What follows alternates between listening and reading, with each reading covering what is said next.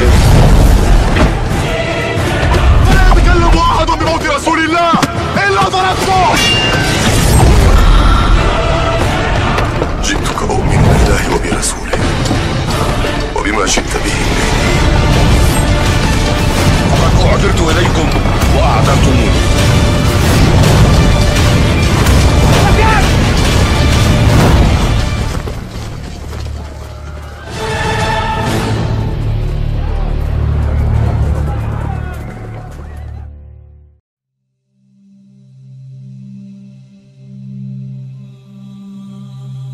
Untuk bisa melanjutkan materi kita bersama kitab Silsilah fil Aqidah fi Du'il Kitab wa Sunnah, kita mengambil salah satu juz atau bagian dari silsilah tersebut dengan judul Alamul Jinni wa Syayatin, alam jin dan alam syaitan. Alhamdulillah, pada pertemuan yang telah lalu kita sudah mengakhiri fasal yang kedua. Ya, walaupun ada sedikit beberapa poin terakhir yang belum disampaikan, akan tetapi tidak masalah, itu kita lewati saja. Ya, maka kita langsung pada kesempatan sore ini kita akan masuk pada fasal yang ketiga insyaallah. Qala al-musannif rahimallahu taala, al-faslu ats-tsalitsu al-ada'u bainal insani wasyaitan, permusuhan antara manusia dan syaitan. Ya, ini yang akan kita perbincangkan pada kesempatan sore ini, atau yang akan kita baca di dalam kitab ini. Permusuhan antara manusia dan syaitan, dan ini adalah merupakan permusuhan yang abadi sampai qiyamus saah. Pembahasan yang pertama, al-mabhasul awal, poin pembahasan yang pertama adalah asbabul ada'i wa tarikhihi wa syiddati hadzal ada', faktor-faktor yang menjadikan terjadinya permusuhan antara bangsa manusia dan bangsa syaitan, sejarah permusuhan tersebut, dan betapa sangat dahsyatnya permusuhan ini, maksudnya permusuhan antara manusia dan syaitan. Ya. Kata penulis hafizahullah ta'ala, al-ada'u bainal insani wasyaitan ada'un ba'idul judur, bahwa permusuhan yang terjadi antara umat manusia dan bangsa syaitan itu adalah merupakan permusuhan yang sudah sejak lama munculnya. Ya, ya'udu tarikhuhu ila al-yawmil ladzi sawwarallahu fihi Adam, yang mana sejarahnya kembali kepada hari di mana Allah Subhanahu wa taala menciptakan Adam di hari tersebut.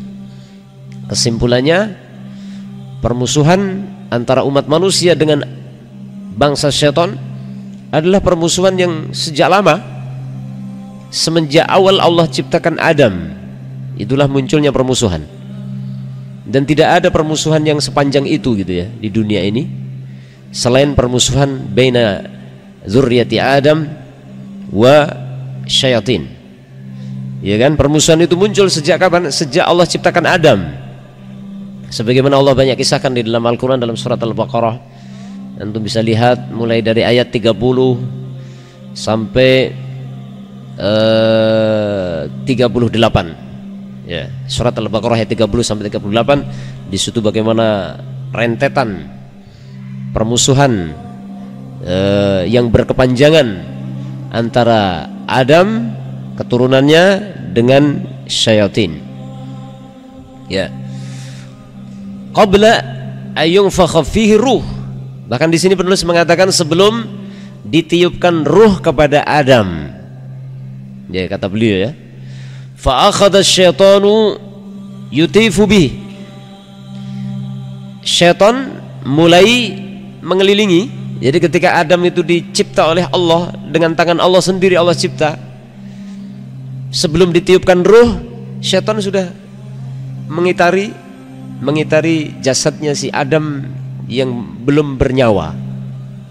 Ya, benih-benih permusuhan sudah ada di situ. Ya, bermula dari al-hasad, kedengkian yang ada di dalam hati iblis. Jadi belum lagi hidup sudah muncul permusuhan itu. Ya, bermula dari apa? Hasad. Ya. Fi sahih Muslim an Anasin, di dalam sahih Muslim hadis dari sahabat Anas bin Malik radhiyallahu taala anhu, anna Rasulullah sallallahu alaihi wa ala alihi wasallam qala, bahwa Rasulullah sallallahu alaihi wa alihi wasallam bersabda, lamma sawwarallahu Adam, tatkala Allah telah menciptakan Adam, membentuk jasadnya Adam fil jannah, di dalam surga. Ya, ini ada makhluk yang Allah cipta, Allah bentuk dengan tangannya sendiri kan. Ya, tarakahu masya Allah ayat surgahu, Allah meninggalkan Adam, ya, masya Allah ayat surgahu, sesuai dengan apa yang Allah kehendaki untuk ditinggalkan. Ini belum, baru baru apa namanya, dibentuk. Ya, jangan dibayangkan kayak kita mainan itu, bukan ya. Kita nggak tahu seperti apa Allah menciptakan itu. Jadi Adam itu Allah bentuk, jasadnya Allah bentuk, bahannya dari apa? Dari tanah liat. Dibentuk oleh Allah, ditaruh di surga, ya. Kemudian Allah tinggal.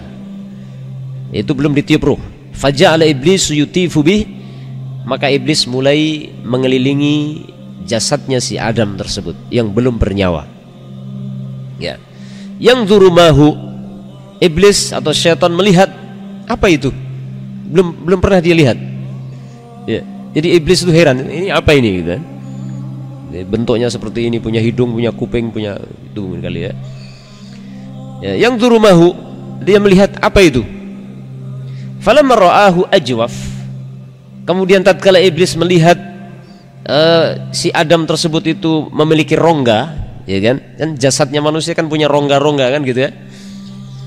Arafa annahu khalaqa, maka iblis tahu bahwasanya sungguh dia Adam itu diciptakan khalqan la yatamalaku, bahwasanya Adam itu diciptakan oleh Allah dengan penciptaan yang dia tidak akan mampu menguasai dirinya secara merdeka. La yatamalak, dia tidak akan mampu menguasai dirinya secara bebas gitu. Artinya dia mudah dipengaruhi oleh pihak-pihak lain. Ya. Jadi iblis sudah tahu dia, oh ini nggak bisa dia menguasai dirinya sepenuhnya. Dia bisa dipengaruhi oleh orang lain. Kemudian apa? Setelah itu, falamma nafakhallahu fi Adam ar-ruh, kemudian tatkala Allah telah meniupkan pada diri Adam ruh, ya, barulah setelah itu tentunya Adam hidup karena sudah ada rohnya. Tadi nggak bergerak, sekarang sudah bisa bergerak. Wa amaral malaikata bisujudi li Adam, dan Allah memerintahkan kepada para malaikat agar sujud kepada Adam setelah Adam diberikan ruh. Wa kana iblis yata'abbadullah ma'a malaikatis sama, padahal sebelumnya iblis itu kan beribadah kepada Allah bersama para malaikat di langit. Ya. Fasyamalahul amru, kemudian iblis membawa perkara tersebut, walakinnahu ta'azam. Jadi karena seperti biasanya bahwasanya iblis itu bersama-sama malaikat, ya, berada di tengah-tengah malaikat, hidup bersama malaikat, beribadah kepada Allah bersama malaikat. Maka ketika mendapatkan perintah dari Allah Subhanahu wa taala agar sujud kepada Adam, maka iblis pun mendapatkan juga perintah itu. Walakinnahu ta'azzama fi nafsihi, akan tetapi sayangnya iblis itu merasa besar pada dirinya. Wastakbara, dan dia sombong. Ya. Wa abas sujuda li Adam, dan dia enggan sujud kepada Adam. Jadi nggak biasa. Biasanya kalau diperintah Allah bersama malaikat, sami'na wa ata'na. Tapi untuk yang satu ini enggan dia. Ya. Ini sudah mulai muncul permusuhan kepada Adam sejak Adam dicipta, bahkan sebelum ditiup ruh. Ya. Sudah mulai. Dan pada puncaknya kita lihat ketika Allah Subhanahu wa taala memerintahkan kepada Adam dan juga seluruh jin atau syaitan atau iblis, nantinya disebut iblis atau syaitan, maka iblis membangkang. Dia berkata, qal ana khairum minhu khalaqtani min narin wa khalaqtahu min tin. Iblis berkata, saya lebih baik dari Adam ya Allah. Ya. Kenapa? Dia pun berargumentasi di hadapan Allah. Inilah bahayanya hasad ya. Jadi penyakit hasad itu akan membawa kepada sifat takabur yang ujungnya adalah akan menolak kebenaran. Ya. Makanya Rasulullah SAW mengatakan, al-kibru batarul haq wa ghamtun nas. Kesombongan itu adalah menolak kebenaran. Dan kesombongan itu kebanyakan bibit awalnya, bibitnya, benihnya adalah al-hasad. Gitu. Dan manusia yang mewarisi, yang banyak mewarisi sifat hasad ini adalah al-Yahud. Ya kan? Yahudi. Iblis berkata, ana khairum minhu. Ya, ketika Allah bertanya kepadanya, ma mana'aka antas juda lima khalaqtu biyadai. Ya kan? Ayat sebelumnya. Ma mana'aka, apa yang menghalang-halangi dirimu, kamu enggan tidak mau sujud kepada makhluk yang aku cipta dengan tanganku. Jadi Nabi Adam alaihissalam itu adalah satu-satunya manusia yang memiliki keistimewaan yang tidak dimiliki yang lain. Di antaranya adalah Allah cipta dengan tangannya. Allah cetak langsung, Allah cipta, tidak melalui proses pernikahan. Ya, kalau yang lain anak keturunan seperti kita semuanya adalah terciptanya diri kita adalah melalui proses pernikahan ibu dan bapak kita, bapak dan ibu kita, kan gitu ya. Ya, atau paling tidak seperti yang terjadi pada Isa, yaitu terproses di dalam rahim ibunya, dan Allah perintahkan kepada malaikat Jibril untuk menyiapkan ruh, gitu ya. Jadi satu-satunya manusia yang dicipta oleh Allah, dibentuk penciptaannya oleh Allah, dibentuk bentuknya dengan tangan Allah langsung, itu hanya satu, Adam alaihi salam. Akan tetapi iblis pun tetap enggan ya. Dia mengatakan, saya lebih baik ya Allah. Ketika Allah bertanya, ma mana'aka alla antas duja alla ma mana'aka, gimana ayatnya? Ma mana'aka alla tasjuda lima khalaqtu biyadai. Apa yang menghalang-halangi kamu tidak mau sujud kepada makhluk yang aku cipta dengan tanganku? Maka dia menjawab apa? Ana khairum minhu. Saya lebih baik dari dia ya Allah. Ya, gimana mungkin saya mau sujud kepada dia? Saya lebih baik dari dia. Kebalik dong. Ya. Dia sampaikan argumennya kepada Allah, argumentasinya. Ya. Dia berani berargumentasi di hadapan Allah. Bagaimana di hadapan manusia? Khalaqtani min nar, engkau telah menciptakan diriku dari api, wa khalaqtahu min tin, dan engkau ciptakan Adam dari tanah. Nah, ini menurut logikanya si iblis, ya, atau bahasa kasarnya menurut logika gobloknya iblis. Jadi api lebih baik dari tanah. Tidak dibungkiri, tidak kita ingkari bahwasanya api ada manfaatnya, tanah ada manfaatnya. Kalau kita melihat dari sisi manfaatnya, ada manfaatnya. Cuman kalau kita berbicara tentang mana yang lebih baik, menurut antum mana yang lebih baik, tanah apa api? Tanah. Kalau orang logikanya waras, pasti tanah yang lebih baik dan bisa dibuktikan. Kenapa? Karena satu, makhluk hidup yang di bumi ini tidak akan bisa hidup tanpa tanah, tapi bisa hidup tanpa api. Iya kan? Iya enggak? Iya. Sekarang aja antum tergantung dengan api. Ya. Makan kalau nggak mateng nggak mau. Ya. Padahal antum makan itu padi di sawah langsung dimakan, itu juga nggak apa-apa. Bahkan katanya lebih bagus yang mentah-mentah itu. Ya kan? Sayuran, nanam sayuran, kangkung segala macam langsung antum makan, itu lebih bagus katanya, gitu kan. Buktinya kambing, sapi sehat. Ya kan? Nggak butuh dokter mereka. Ya, itu berguru. Ya, kita berbicara fakta, ya kan? Kalau mau kita teliti dengan benar-benar, ya, dari sisi manfaatnya jelas lebih banyak manfaatnya tanah daripada api. Kemudian yang kedua, api memiliki sifat merusak, membakar. Kalau tanah secara umum sifatnya tidak merusak, ya kan? Jadi kalau dihitung-hitung, dibanding-bandingkan mana yang lebih baik, jelas tanah kan gitu. Akan tetapi karena iblis itu dalam hatinya sudah dipenuhi hasad, sehingga terbalik, ya, akalnya terbalik. Makanya berbahaya. Penyakit hasad itu bukan hanya merusak hati, tapi juga merusak akal pikiran manusia. Ya, yang lebih parah lagi, menutup hati manusia dari hidayah. Dia mengatakan, ana khairu minhu khalaqtani min nar wa khalaqtahu min tin. Ya Allah, saya lebih baik dari Adam karena engkau ciptakan aku dari api, sedangkan engkau ciptakan Adam dari tanah.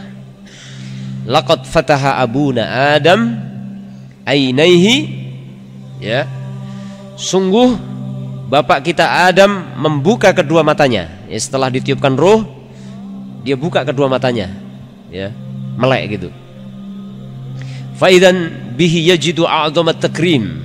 Maka ketika Adam membuka kedua matanya, maka beliau mendapatkan pemuliaan yang sangat besar. Apa pemuliaannya? Yajidul malaikata sajidina lahu. Ya. Begitu dibuka kedua matanya, dia lihat para malaikat sujud semua. Ini pemuliaan yang paling agung. Jadi pertama kali membuka kedua matanya, apa yang dilihat Adam? Malaikat sujud. Dan itu pemuliaan Allah kepada Adam luar biasa. Makanya Allah mengatakan dalam Al-Quran, walaqad karramna bani Adam. Sungguh kami memuliakan anak keturunan Adam. Sebagaimana Allah memuliakan Adam. Cuman kebanyakan manusia kan nggak mau dimuliakan gitu kan. Salahnya sendiri. Jadi sebenarnya Allah ingin memuliakan Adam dan keturunannya. Makanya ketika Allah ciptakan Adam, mana habitatnya? Surga, ya kan? Di surga kan? Sehingga sebenarnya kalau seandainya, ya tentunya semuanya dengan takdir Allah dan semuanya mengandung hikmah. Kalau seandainya tidak ada permusuhan baina Adam wa iblis, maka tentunya anak keturunan Adam sampai hari ini masih di surga kali ya. Iya, kita pun mungkin nggak di sini sekarang, barangkali ya. Kalau seandainya tidak ada permusuhan antara Adam dan iblis, ya. Jadi damai-damai saja gitu, iblis itu nggak usah hasad gitu loh. Ya. Tapi semuanya dengan takdir Allah, dan Allah Subhanahu wa taala tentunya tidak mentakdirkan sesuatu melainkan di balik itu ada hikmah kebaikan. Ya. Ketika Adam membuka kedua matanya, maka mendapatkan pemuliaan yang sangat luar biasa, yaitu beliau mendapati para malaikat semuanya sujud. Semua malaikat seperti dalam surat Al-Baqarah, fasajadu, gitu kan? Illa iblis. Walakinnahu yajidu aduwan rahiba yatahaddaduhu. Akan tetapi dari satu sisi Adam mendapati ada seorang musuh yang sangat menyeramkan, yatahaddaduhu, yang dia mengancam Adam wa dzurriyyatahu, dan anak keturunannya, bil halaki wal idlal, akan membinasakan dan akan menyesatkan. Ya. Jadi permusuhan antara manusia dengan iblis adalah sejak pertama kali manusia diciptakan, yaitu manusia yang pertama, yaitu Adam alaihi salam, yang ditempatkan oleh Allah di dalam surganya. Wa taradallahu syaitana min jannatil khuld. Maka akhirnya Allah Subhanahu wa taala pun mengusir setan dari surga kekekalan, dari surga yang kekal. Bisabab istikbarihi, disebabkan karena kesombongan iblis tadi. Setan tadi ya, diusir dari surga. Nah, ini semakin menjadi-jadi kan gitu kan. Sudah tadi dari awal ada hasad, membangkang kepada Allah, akhirnya setelah itu diusir oleh Allah dari surga, semakin menjadi-jadi permusuhan siapa? Si iblis dan keturunannya. Wa hasala ala wa'din minallah bi ibqaihi hayyan ila yaumil qiyamah. dan setan mendapatkan janji dari Allah. Allah berikan janji kepada setan untuk mengekalkan hidupnya setan sampai hari kiamat. Kan tetapi terjadi khilaf di kalangan para ulama tentang masalah ini. Ya, pendapat yang paling rajih yang usianya ditangguhkan sampai hari kiamat adalah iblis. Ya, adalah iblis. Sebenarnya di depan sudah kita jelaskan apa perbedaan iblis dengan setan dengan jin, ya kan? Iblis dan setan itu adalah bangsa jin. Ya. Disebut setan karena mutamarrid an taatillah, karena membangkang perintah Allah sehingga disebut setan. Kemudian akhirnya disebut iblis kapan? Ketika dia sudah dilaknat Allah, kekal di dalam neraka sehingga berputus asa dari rahmat Allah. Ya. Sehingga iblis itu yang mana? Iblis itu setan yang sudah berputus asa dari rahmat Allah, itu iblis. Nah, banyak khilaf dengan para ulama.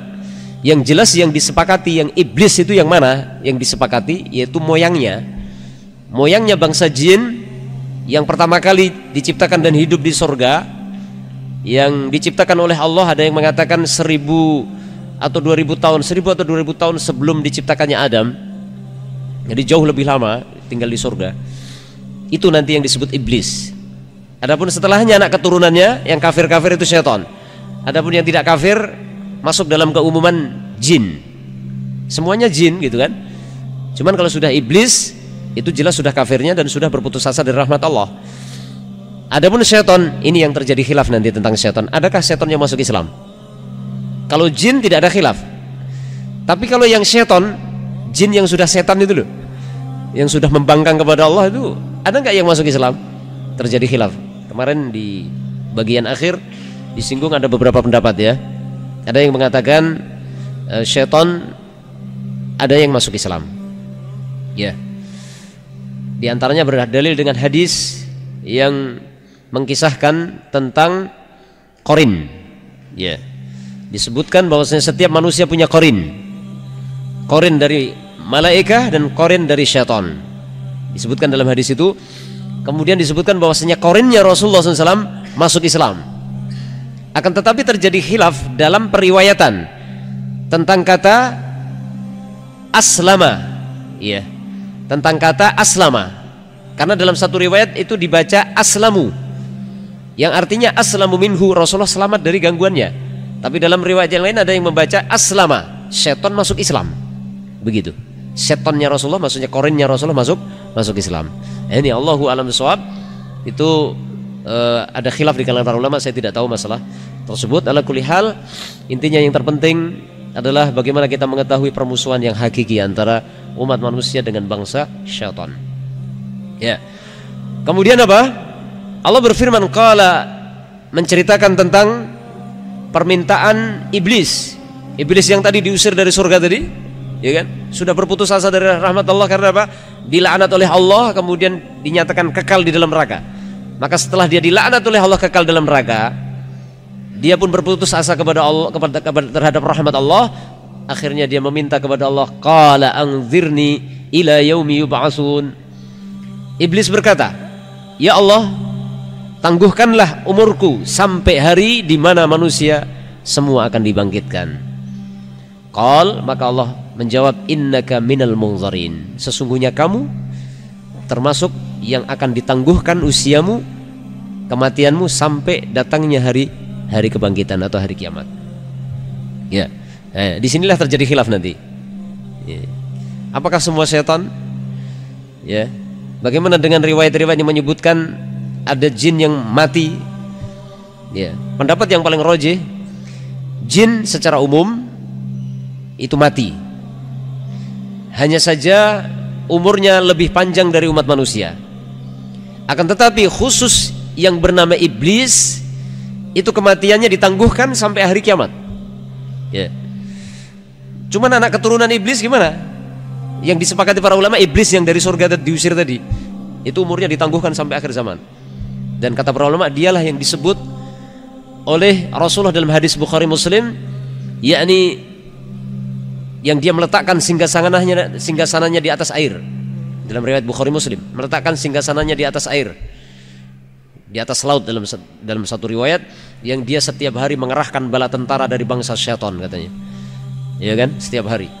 Kemudian setelah bangsa syaitan bertebaran ke muka bumi untuk menyesatkan manusia, kembali kepada sang raja memberikan laporan. Ya kan? Laporan ini saya melakukan ini itu, ya kan? Kemudian kebanyakan ditolak laporannya, dan Raja Iblis memberikan penghargaan kepada seseorang yang telah berhasil menceraikan pasangan suami istri. Ya, makanya perceraian ini termasuk misi besar iblis. Tentunya setelah kekufuran dan kesyirikan tentunya ya. Oleh karena itu kalau antum sudah menikah, jangan berpikir untuk bercerai. Kalau nambah lagi boleh. Enggak usah berani apa enggak. Waqad qata'al la'in ala nafsi ahdan bi idlali bani Adam. Waqad qata'al la'in ala nafsihi ahdan bi idlali bani Adam. Dan sungguh iblis yang terlaknat, ya, iblis yang terlaknat, al-la'in bermakna mal'un, itu telah memutuskan pada dirinya ahdan bi idlali bani Adam, yaitu tekad kuatnya untuk menyesatkan anak Adam. Ya, dengan mengatakan apa? Qala fabima aghwaytani la aqudanna lahum siratakal mustaqim. Iblis berkata, dengan sebab engkau telah menyesatkan aku ya Allah, la aqudanna lahum siratakal mustaqim, maka sungguh benar-benar. Ini sampai menggunakan dua takkid sekaligus, ya kan? Lam takkid dan nun taukid. La aqudanna lahum siratakal mustaqim. Benar-benar sungguh, sudah benar-benar sungguh lagi. Aku akan menghalang-halangi mereka dari jalanmu yang lurus. Jadi tidak ada seorang anak Adam pun yang ingin berada di atas siratal mustaqim, melainkan di situ akan ada syaitan yang berusaha menghalang-halangi. Ya. Tsumma la'tiyannahum min baini aydihim wa min khalfihim wa an aymanihim wa an syama'ilihim. Kemudian benar-benar aku akan mendatangi mereka ya Allah, dari depan mereka, dari belakang mereka, dari sebelah kanan, dari sebelah kiri, dari semua arah didatangi. Wala tajidu aktsaruhum syakirin, dan engkau tidak akan mendapati kebanyakan anak Adam itu bersyukur. Nah, ini dia. Sehingga dari sini menunjukkan bahwa misi iblis, ya, di dalam upaya mereka menyesatkan manusia itu lebih banyak berhasilnya daripada tidaknya. Dari mana kita tahu? Dari ayat ini. Ya. Wala tajidu aktsarahum syakirin. Oleh karena itu orang-orang yang kafir lebih banyak daripada yang beriman.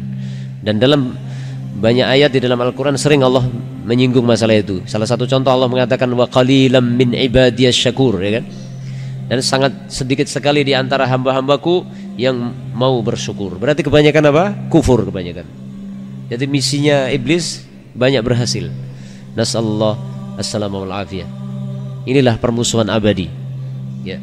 Wa qawluhu hadza yusawwiru madal juhdil ladzi yubdhiluhu liidlali bani Adam. Perkataan iblis yang disebutkan oleh Allah dalam ayat tersebut ini memberikan gambaran akan usaha kerasnya gitu, usaha maksimal yang dicurahkan oleh iblis untuk menyesatkan anak Adam. Iya kan? Dari gambaran di dalam ayat itu begitu jelas. Dia sampai mengatakan apa tadi? La aq'udanna lahum siratakal mustaqim thumma la'atiyannahum min baini aydihim wa min khalfihim wa an aymanihim wa an syama'ilihim. Ya. Fahuwa ya'tihi min kulli tariq. Maka iblis akan datang kepada anak Adam dari semua jalan. Semua jalan akan ditempuh. Kalau kita baca dalam kitabnya Ibnu Qayyim menggambarkan bagaimana syaitan itu menyesatkan manusia. Syaitan akan menyesatkan manusia dari jalan apa yang dicenderungi oleh manusia. Sehingga jangan merasa aman, antum santri jangan merasa aman, ya kan? Antum ustadz jangan merasa aman. Orang yang rajin berdakwah senang berdakwah, dari situlah setan akan menyesatkan. Para santri yang rajin menuntut ilmu, dari situlah setan akan menyesatkan. Ya. Ahlul ibadah, melalui ibadah tersebut setan akan sesatkan. Kata Imam Ibnu Qayyim, jadi setan sangat cerdas. Dia akan sesatkan manusia melalui kecenderungannya. Ahlul ibadah disesatkan melalui ibadahnya. Kalau ahlul maksiat jelas kan gitu ya, jelas melalui maksiatnya. Ya. Sehingga tidak heran ketika ahli ibadah yang kemudian dia bertengkar dengan ahli ibadah yang lain, santri berkelahi dengan santri yang lain, yang repot ustadz kelahi dengan ustadz yang lain, naudzubillah misalkan. Ya kan, seperti itu adalah dari syaitan sebenarnya kan. Jadi syaitan akan datang kepada anak Adam melalui semua jalan, akan ditempuh semua. Ya. Jadi semua jalan akan ditempuh. Anil yamini wa anis shimal, akan datang dari sebelah kanan, dari sebelah kiri, minal amam wa minal khalf, dari depan, dari belakang. Ai min jamil jihad, artinya syaitan akan datang kepada manusia dari semua arah. Ya. Qala Az-Zamakhsyari, Al-Imam Az-Zamakhsyari pernah berkata fi tafsiri hadhil ayah, di dalam menafsirkan ayat ini, maksudnya surat Al-A'raf ayat 16 sampai 17 tadi, summa la'atiyannahum minal jihatil arba' allati ya'ti minhal adu fil ghalib. Ya, beliau menafsirkan artinya, maksud dari ayat tersebut, summa la'atiyannahum, kemudian saya akan mendatangi anak Adam dari 4 arah, sebagaimana musuh pada umumnya mendatangi dari 4 arah. Wa hadza mislu liwaswasatihi ilaihim. Hal ini semisal setan membuat waswas kepada anak Adam, dimasukkan waswas dalam hatinya. Wa taswilihi lahum ma amkanahu wa qadara alaihi. Ya. Dan setan akan menipu anak Adam, memberikan tipu daya kepada anak Adam sesuai dengan apa yang memungkinkan untuk dilakukan dan apa yang disanggupi. Sebagaimana firman Allah Subhanahu wa taala, wastafziz man istata'ta minhum bisautika wa ajlib 'alaihim bi khalika wa rajlik. Wastafziz, dan hasunglah siapa saja, ini dengan man mausul umum. Ya, Allah perintahkan kepada iblis, hasunglah siapa saja yang kamu mampu untuk hasung dari kalangan anak Adam, bisautika, dengan suaramu, wa ajlib alaihim, dan kerahkanlah untuk menyerang mereka, bi khailika, dengan pasukan berkudamu, wa rajilika, dan pasukan yang jalan kaki, pasukan pejalan kakimu. Ya. Di sini bagaimana Allah Subhanahu wa taala memberikan keluasan kepada iblis untuk mengerahkan bala tentaranya untuk menyesatkan anak Adam. Oleh karena itu ya ikhwah, waspadalah kita semuanya. Tahdhirur rahman minasyayatin. Oleh karena itu Allah Subhanahu wa taala memberikan peringatan akan bahayanya syaitan tersebut. Waqad atala al-Qur'an fi tahdhirina minasyaitan li'azmi fitnati. Sungguh Al-Qur'anul Karim sangat panjang lebar di dalam memberikan peringatan kepada kita akan bahayanya syaitan karena begitu besar fitnah yang dibawa. Wa maharatihi, dan dikarenakan begitu ahlinya, begitu mahirnya, ya, begitu mahirnya iblis atau syaitan di dalam menyesatkan, fil idlal, wa da'bihi wa harsihi, ya, dan pengalaman yang dia miliki dan semangatnya untuk melakukan itu. Dia mahir, berpengalaman, semangat. Nah ini dia. Ya, ini kalau sudah 3 ini terkumpul dalam diri seseorang, mahir, memiliki skill untuk menyesatkan maksudnya, kemudian punya pengalaman, ya, pengalamannya sudah berapa tahun, sejak zamannya Mbah Adam kan gitu. Sementara iblis yang dulu menyesatkan Mbah Adam sampai sekarang masih hidup karena ditangguhkan umurnya sampai hari kiamat, yang dia langsung mencetak kader gitu kan di kerajaannya sana gitu. Disiapkan kader-kader para pejuang untuk menyesatkan anak Adam.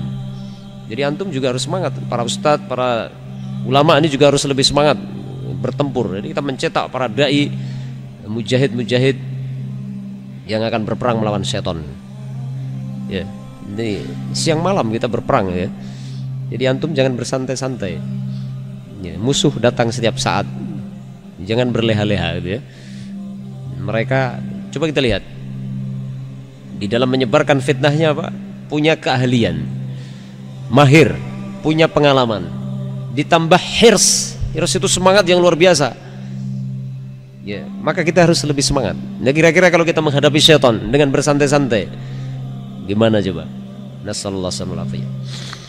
Allah Subhanahu wa taala berfirman, ya Bani Adam, la yaftinannakumus syaitan. Kata Allah, Allah mengingatkan, wahai anak Adam, janganlah sampai, benar-benar janganlah syaitan mampu mendatangkan fitnah kepada kalian. Jangan sampai syaitan berhasil menimpakan fitnah kepada kalian. Ya. Waqal, dan Allah Subhanahu wa taala juga berfirman, inna syaitana lakum adu fattakhidhuhu aduwa. Sesungguhnya syaitan itu adalah musuh bebuyutan bagi kalian, maka jadikanlah syaitan itu sebagai musuh. Jadi jangan dijadikan teman. Makanya kebalik, kalau ada orang di antara anak Adam, ada sebagian orang yang minta tolong kepada syaitan, berteman dengan syaitan, ya, nggak mau berteman dengan manusia, temannya syaitan gitu kan, yang dicari syaitan. Itu kebalik. Jadi musuh jangan dijadikan teman, ya. Wa qala, dan Allah Ta'ala berfirman, wa may yattakhidhish syaitana waliyyan min dunillahi faqad khasira khusranan mubina. Dan barang siapa menjadikan syaitan sebagai penolong, ini yang harus kita perhatikan. Jangan sekali-kali kita minta tolong kepada syaitan. Dan barang siapa yang menjadikan syaitan sebagai waliyan min dunillah, sebagai penolong selain Allah. Ini banyak di dunia ini manusia yang minta tolong kepada syaitan. Ya. Mungkin kalau dihitung-hitung, antara yang minta tolong kepada syaitan dengan yang enggak, lebih banyak yang minta tolong kepada syaitan, baik secara langsung atau secara tidak langsung. Ya kan? Padahal Allah mengatakan faqad khasira khusranan mubina, maka sungguh orang tersebut akan mendapatkan kerugian dengan kerugian yang sangat nyata. Ya, jadi jangan pernah kita menjadikan syaitan itu sebagai penolong, sedikit pun jangan pernah. Kemudian satu hal yang perlu juga dicatat, jangan takut kepada syaitan. Ya, karena syaitan akan selalu menakut-nakuti. Dalam satu ayat Allah mengatakan, innama dzalikumus syaitan yukhawwifu awliya'ahu fala takhafuhum wa khafuni in kuntum mu'minin. Ini takut juga nggak boleh kita. Ya, jadi jangan takut dengan syaitan. Ya. Allah mengatakan, itulah dikarenakan syaitan akan terus berusaha menakut-nakuti orang-orang yang beriman melalui kekasih-kekasih mereka. Maka janganlah takut kepada syaitan, tapi takutlah kepada aku Allah kalau memang kalian beriman. Jadi antum, kita harus kita bersihkan dari pikiran kita tentang masa lalu kita yang dulu antum suka mendapatkan cerita-cerita aneh-aneh yang itu membuat kita takut, ya kan? Terus terang saja kita hidup di negeri ini mewarisi khurafat-khurafat yang begitu banyak, ya, yang menjadikan kita ada rasa takut kepada satu kaum yang bernama syaitan. Ya, sebenarnya khurafat itu semuanya kan sebenarnya kebohongan, cerita-cerita bohong yang kadang dikemas dengan kemasan yang Islami, kadang-kadang itu yang repotnya begitu. Ujung-ujungnya orang takut dengan syaitan. Ya, kita nggak boleh takut.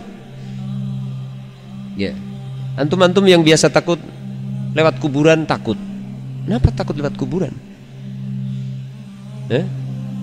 Ada apa di kuburan kan gitu? Takut nggak antum lewat kuburan jam 12 malam? Yang bener aja. Sesekali santri uji nyali jam 12 malam coba ziarah kubur. Bukan apa-apa, maksudnya masih ada nggak rasa takut? Pertanyaannya kenapa takut gitu yang saya tanyakan? Karena barangkali masih ada khurafat di sini, ya kan? Itu kan orang sudah dikubur nggak bisa bergerak, sudah ditimbun tanah, sudah nggak bisa ngapa-ngapain. Ujung-ujungnya yang ditakuti siapa? Jin yang ditakuti, ya kan? Ada satu khurafat yang tersebar di tengah-tengah masyarakat bahwa ada sebagian manusia yang meninggal dunia itu arwahnya gentayangan, ada namanya roh penasaran. Sudah hilang belum dari kepala kita ini? Kalau masih ada, maka ini adalah keyakinan yang harus dibersihkan. Ya, itu kekufuran itu. Terus terang saja begitu. Sampai hari ini, kalau misalkan di perempatan ada kecelakaan, ya kan, meninggal di situ, berdarah-darah meninggal di tempat itu, coba lihat apa yang dilakukan sebagian orang. Ya, jam 12 malam lewat situ nggak berani, ya kan? Kenapa nggak berani? Ada apa di jalan itu? Orang bilang rohnya gentayangan katanya. Siapa yang bilang gentayangan? Ya. Kalau orang sudah meninggal, rohnya dibawa ke langit kemudian dimasukkan ke alam kubur, nggak akan kembali lagi ke dunia. Ada lagi satu khurafat yang ini sampai muncul dalam syair nyanyian, yang ini lagi viral juga ini. Ada seorang anak kecil yang lagi viral di media sosial. Dia menyanyikan syair-syair tentang ahli kubur setiap malam Jumat pulang ke rumah minta kiriman doa dan bacaan Al-Quran. Kemudian kalau ketika malam Jumat keluarganya tidak membacakan Al-Quran, tidak ngirim Al-Quran, bacaan Al-Quran, dan tidak mendoakan, maka roh tersebut akan menangis, bersedih, dan dia kembali ke alam kubur dalam kondisi bersedih. Itu dari mana? Itu kadang-kadang juga menimbulkan rasa takut gitu kan, sehingga memunculkan keyakinan-keyakinan yang lain. Ada orang katanya, kemarin saya melihat simbah pulang gitu. Simbah siapa? Itu yang 5 tahun yang lalu meninggal katanya pulang. Ngapain pulang? Subhanallah, ini cerita seperti ini banyak di masyarakat. Ya, kalau memang ada orang sudah meninggal pulang ke rumah, maka kita harus yakin yang pulang ke rumah itu bukan simbah yang mati itu, tapi itu adalah jin. Sebagaimana sudah kita bahas di depan, bahwasanya salah satu kemampuan yang Allah berikan kepada bangsa jin, ada sebagian bangsa jin bisa menjelma wujud menjadi siapa saja yang Allah izinkan, kecuali para nabi, nggak bisa. Jadi mudah saja kalau ada jin menjelma wujud menjadi mbah antum yang sudah 10 tahun lalu meninggal, terus pulang ke rumah ketuk-ketuk pintu, dole, antum buka pintu, simbah, misalkan, mungkin saja kan gitu. Karena memang syaitan diberikan kemampuan oleh Allah. Ada sebagian syaitan yang diberikan kemampuan oleh Allah Subhanahu wa taala. Ini cerita-cerita khurafat ini masih banyak di masyarakat. Ya. Allah taala alam shawab. Maka tidak perlu kita meyakini hal itu, dan justru itu harus kita bersihkan dari pikiran kita. Wa adawatu syaitan la tahawwal wala la tahulu wala tazul. Ini yang perlu kita catat, perlu digarisbawahi. Dan permusuhan syaitan la tahulu wala tazul, tidak akan berpindah dan tidak akan hilang. Artinya permusuhan setan itu akan terus ada sampai akhir zaman. Ya, makanya saya katakan di depan, permusuhan setan kepada anak Adam adalah permusuhan yang kekal dan abadi. Li'annahu yara anna tardahu wa la'anahu wa ikhrajahu minal jannah. Hal itu dikarenakan bahwasanya setan itu meyakini, mengetahui bahwasanya setan itu diusir, dilaknat Allah, dikeluarkan dari surga, karena bisababi abina Adam. Itu sebabnya adalah bapak moyang kita itu Mbah Adam. Gara-gara Adam itu. Ya, mungkin begitu mereka ngomong. Fala budda an yantakhima min Adam wa dzurriyyatahu min ba'dih. Maka harus Adam harus dibalas dan anak keturunannya setelahnya. Jadi balas dendam. Jadi pertama modalnya apa tadi? Dengki. Sudah ada permusuhan. Yang kedua ada dendam. Udah lengkap sudah. Kalau dua hal ini ada dalam diri seseorang, nggak akan pernah berhenti permusuhannya. Apa? Dengki, ada kedengkian tambah dendam. Sudah dengki plus dendam, udah nggak akan berhenti permusuhannya, akan terus terjadi. Allah Subhanahu wa taala berfirman, qala ara'aitaka hadzal ladzi karramta 'alayya la in akhartani ila yaumil qiyamah la ahtanikanna dzurriyyatahu illa qalila. Iblis berkata, ara'aita, ara'aitaka hadzal ladzi karramta alayya, tidakkah engkau melihat seseorang yang telah engkau muliakan melebihi aku ya Allah? Ya Allah, engkau telah melihat seseorang yang telah engkau muliakan melebihi diriku.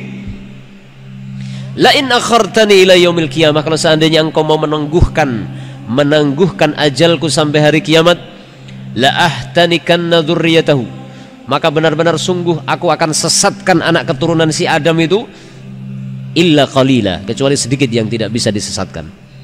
Ini jadi hidupnya syaitan, hidupnya iblis di muka bumi ini, waktunya akan terus dihabiskan, pikirannya akan terus digunakan, ya, untuk apa? Menyesatkan anak Adam. Jadi menyesatkan anak Adam adalah menjadi moto hidupnya iblis dan keturunannya. Atau apa bahasa lainnya? Visi dan misi. Visi dan misi utama hidupnya iblis di muka bumi adalah untuk menyesatkan anak Adam. Makanya apa yang harus kita lakukan? Ya kita harus melawan mereka, gitu kan? Wa arbabus suluki i'tanu bi dzikrin nafsi wa uyubiha wa afatiha walakinnahum qassaru fi ta'arrufi ala duhim alladud. Ya. Para pemilik as-suluk, para pemilik akhlak, mereka punya perhatian serius di dalam menyebutkan an-nafas, yaitu jiwa, cacatnya jiwa, afatnya jiwa, yaitu musibah yang menimpa jiwa. Akan tetapi sayangnya kebanyakan mereka yaitu taksir di dalam mengenali siapa musuh sejati mereka. Artinya ada sebagian orang itu sibuk, ahli suluk gitu kan, ya, sibuk di dalam membicarakan tentang jiwa manusia, ya, sampai menulis buku, menulis kitab, tapi melupakan yang satu, siapa yang menjadi musuh bebuyutannya. Karena sebenarnya jiwa seseorang itu tidak akan rusak tanpa ada syaitan sebenarnya. Karena sebenarnya ketika manusia lahir di muka bumi di atas fitrah, ya kan, seperti yang disebutkan dalam hadis qudsi, Allah mengatakan inni khalaqtu ibadi hunafa. Terus apa? Faja'adhumus syayatin, kata Allah. Sesungguhnya aku ciptakan anak Adam itu semuanya hunafa, lahir di muka bumi ini dalam kondisi hanif, muwahhid. Akan tetapi kemudian datang kepada mereka syaitan. Ini dia. Fajtaladhum an dinihim. Maka syaitan itu pun merenggut mereka untuk menyimpangkan mereka dari agama mereka. Jadi falaula syaitan fi hadhihi dunya fa kana an-nas ala fitratihim. Walakin qaddarallahu ma syaa wa ma fa'al.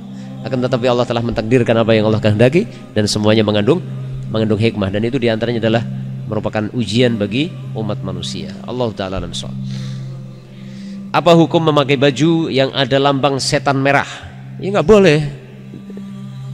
Ya lambang setan. Dari mana tahu kalau itu setan? Emangnya pernah lihat setan? Seperti yang ada di baju bola.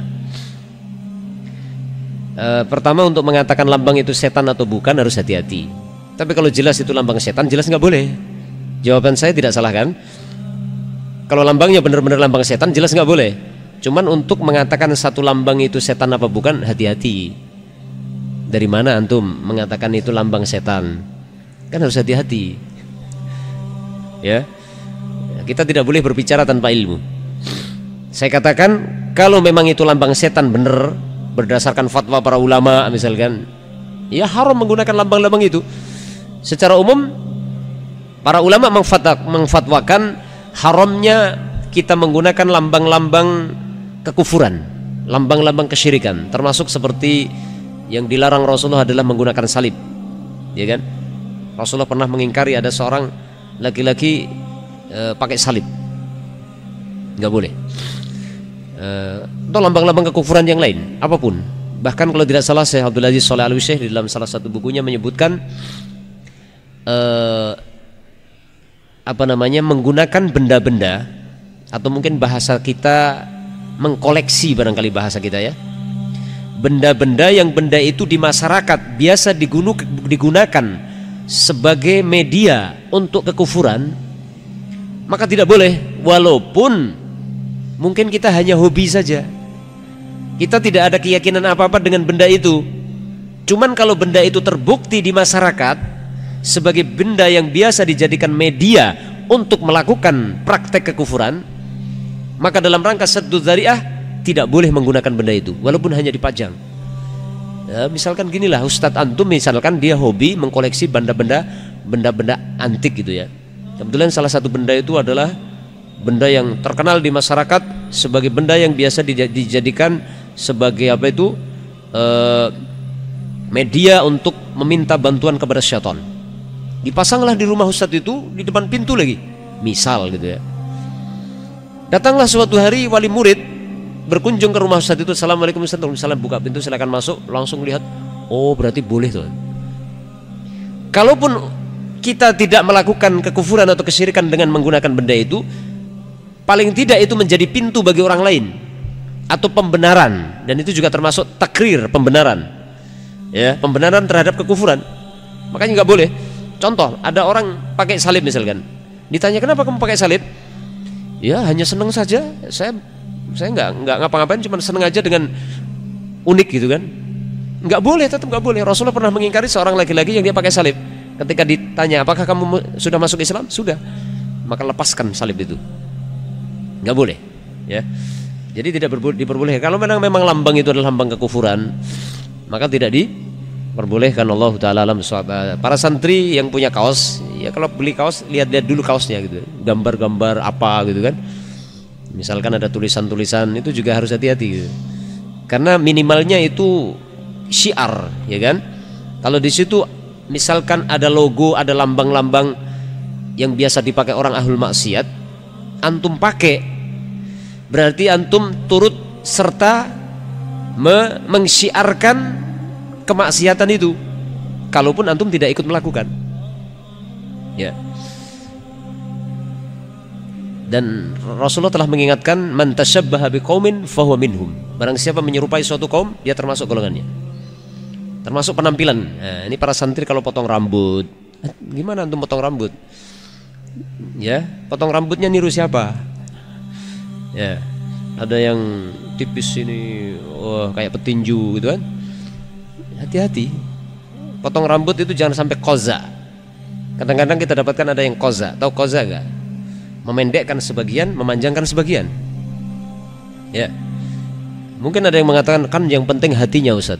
Loh, sesuatu yang lahir itu menunjukkan hati. Cerminan hati adalah perbuatan kan gitu. Ya. Gak boleh. Tasyabuh dengan kaum itu akan menyebabkan termasuk golongannya. Makanya kita tidak boleh tasyabuh dengan orang kafir, orang musyrik. Tasyabuh dengan ahli maksiat juga nggak boleh. Ya. Beli pakai baju, kaos atau celana yang modelnya adalah model yang biasa dipakai oleh orang-orang fasik, juga tidak boleh. Ya, juga tidak diperbolehkan. Minimalnya apa? Antum terus serta mensyiarkan. Kalaupun antum gak ikut maksiat, antum punya andil dapat dosa karena mensyiarkan sebuah kemaksiatan. Ya, ya, kita sebagai umat Muhammad, teladan kita Rasulullah SAW. Jadi kalau bisa penampilannya ya sesuai dengan sunnah gitu kan. Potong rambutnya sesuai dengan sunnah. Sampai-sampai kalau tidak salah perkataan siapa, Imam Ibnu Sirin atau siapa yang mengatakan kurang lebih kita hendaknya di dalam kehidupan kita ini, di dalam beraktivitas selalu mencontoh sunnah Nabi. Sampai-sampai kalau tidak salah Ibnu Sirin atau siapa ya, ulama salaf terdahulu yang mengatakan, sampai-sampai kalau Anda bisa menggaruk kepala saya, kepala Anda, bukan kepala saya, kalau seandainya Anda bisa menggaruk kepala Anda dengan sunnah, maka lakukan. Kalau seandainya ada sunnah yang mengajarkan gimana cara garuk kepala. Garuk kepala itu pakai jari yang mana gitu misalkan ya. Ada hadisnya misalkan, oh pakai ini. Kalau bisa contoh itu. Sampai-sampai demikian. Para ulama terdahulu mengajarkan. Demikian ya ikhwah yang bisa disampaikan pada kesempatan sore yang berbahagia ini. Mudah-mudahan Allah Subhanahu wa taala memberikan taufik kepada kita semuanya sehingga kita bisa terselamatkan dari segala tipu daya syaitan sampai akhir hayat kita, sehingga kita diselamatkan dari azab Allah Subhanahu wa taala. Sallallahu ala nabiyyina Muhammadin wa ala alihi wa sahbihi wasallam. Assalamualaikum warahmatullahi wabarakatuh.